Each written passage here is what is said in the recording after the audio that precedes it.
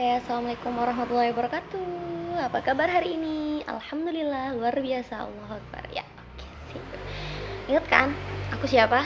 Putri Rizky Amanah. Kembali lagi ke channelku. Jangan lupa ya, like, comment, dan subscribe. Kali ini aku akan membahas sekarang kan lagi masih COVID ya. Jadi sekolahan itu belum dibuka, belum aktif gitu. Biasanya itu ada ibu-ibu yang mereka itu kesusahan ngajarin anak-anaknya di rumah, apalagi yang masih kelas kecil, mereka itu emang masih perlu dibimbing apa dan sebagainya gitu ya. Jadi kali ini aku akan membahas sedikit tips untuk ibu-ibu di rumah, untuk kalian semua kakak atau saudara atau siapa yang membantu anak-anaknya yang kelas rendah itu belajar gitu ya. Tips kali ini adalah pembelajaran agar anak bisa cepat membaca gitu. Jadi pas aku masuk di salah satu yayasan itu sekolah, aku ngajarin anak-anak kelas dasar itu mengajar dengan metode lama gitu. Aku mengenalkan setiap hurufnya abjadnya, setiap hurufnya gitu. Tapi ternyata ya sih sama, kita tetap mengenalkan itu gitu. Ternyata setelah aku beberapa melakukan kayak tes gitulah ya, ngajar anak les gitu,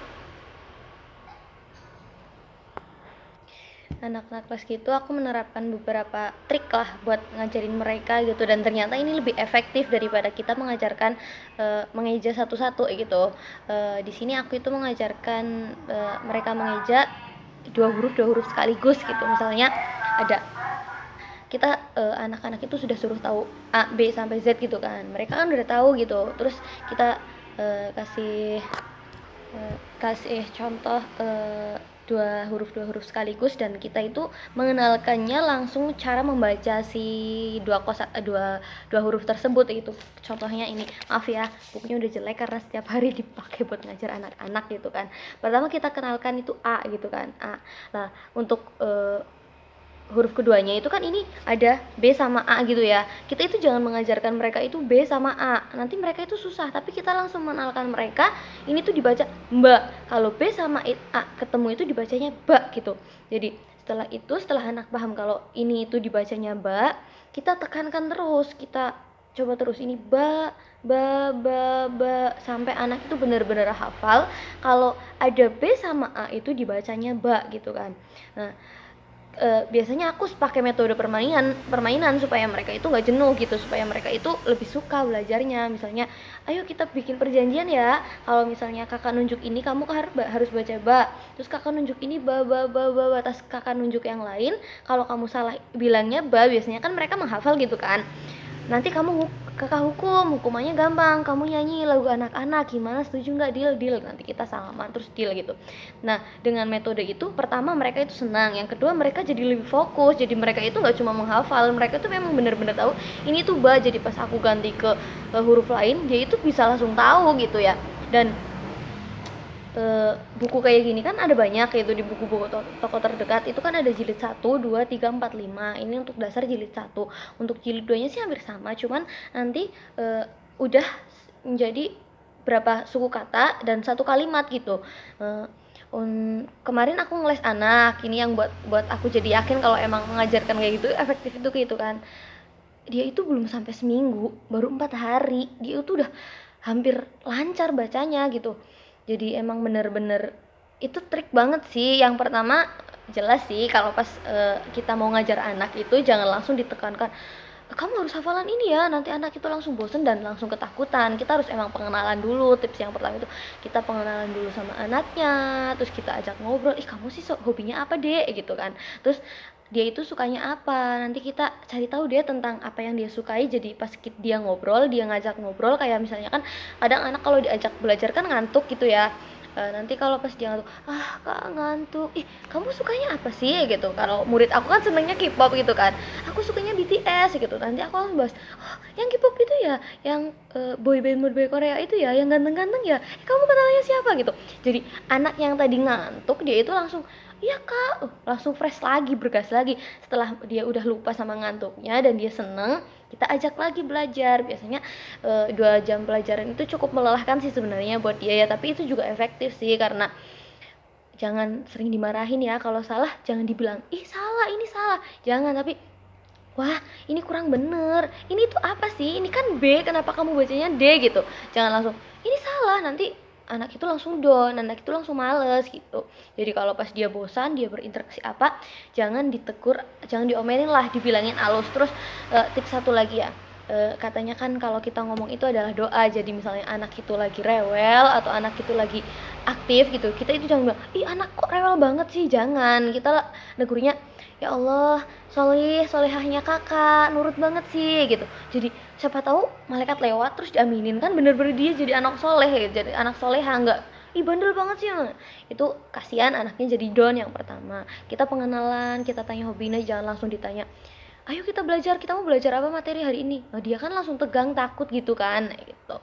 Jadi tips aku buat ibu-ibu, buat kakak-kakak di rumah, coba deh diterapin. Itu aku benar-benar nggak sampai 7 hari dia itu udah bisa baca, ya walaupun masih di eja dua-dua gitu kan, saya mandi, tapi dia itu udah tahu. Dan ada satu tips lagi nih, kalau dia udah mulai bicara, "Saya pergi ke pasar." gitu, kita itu kasih tahu maknanya. Saya itu apa sih? Saya itu aku, pergi itu apa sih gitu. Jadi pas dia baca, dia itu sekalian tahu apa maksud dari yang dia baca. Jadi nggak cuma baca terus "saya pergi." Kan biasanya kan ngejanya itu beda-beda ya, kadang ya pergi ke gitu. Jadi penggalan-penggalan setiap katanya itu salah gitu. Jadi kalau misalnya kita langsung kasih tahu maknanya, ini itu apa, ini itu apa, jadi penggalan-penggalan katanya itu nggak salah gitu.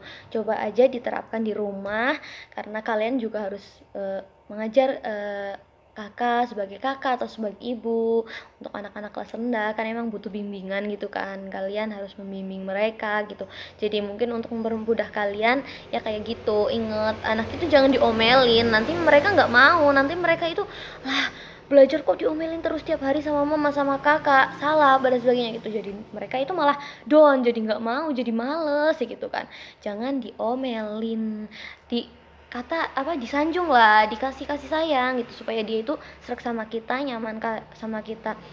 Kita kasih pandangan pertama dulu mereka ke kita itu gimana gitu, jangan langsung diomelin. Untuk yang tips yang ketiga itu reward. Jadi emang itu bener-bener nunjang anak banget supaya jadi semangat belajar. Misalnya kita tanya nih gitu, ya emang perlu modal sih, tapi kan semua emang harus usaha kan gitu kan. Misal, "Kamu sukanya apa sih?" Kayak kemarin kan aku nyoba mancing dia beli mainan sesuatu yang kayaknya dia suka gitu. Aku beli Rubik gitu kan. Aku mancing-mancing mainan Rubik. Gitu kan di depan anaknya aja.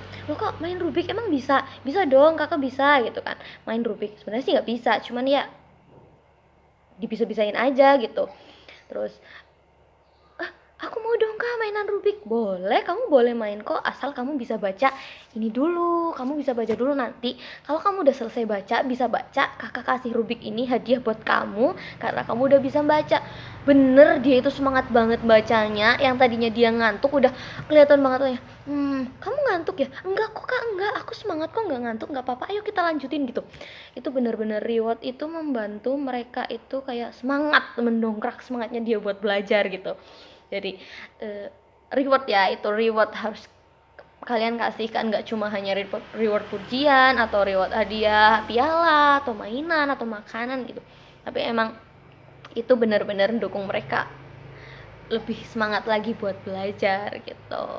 Kasih sayang, perhatian. Jadi eh, kalian pasti tahu lah, sebagai kakak, sebagai ibu itu, apalagi seorang perempuan ya, kita kan akan jadi guru pertama untuk anak-anak kita. Jadi kalian harus belajar, aku pun belajar di sini. Aku nggak menggurui kalian ya, aku cuma hanya berbagi apa yang sudah aku alami, apa yang sudah aku usahakan. Seenggaknya kalian jadi lebih bisa, kita semua jadi lebih tahu, memiliki pengalaman gimana sih cara ngajarnya gitu. Aku nggak menggurui di sini, kita sharing-sharing aja.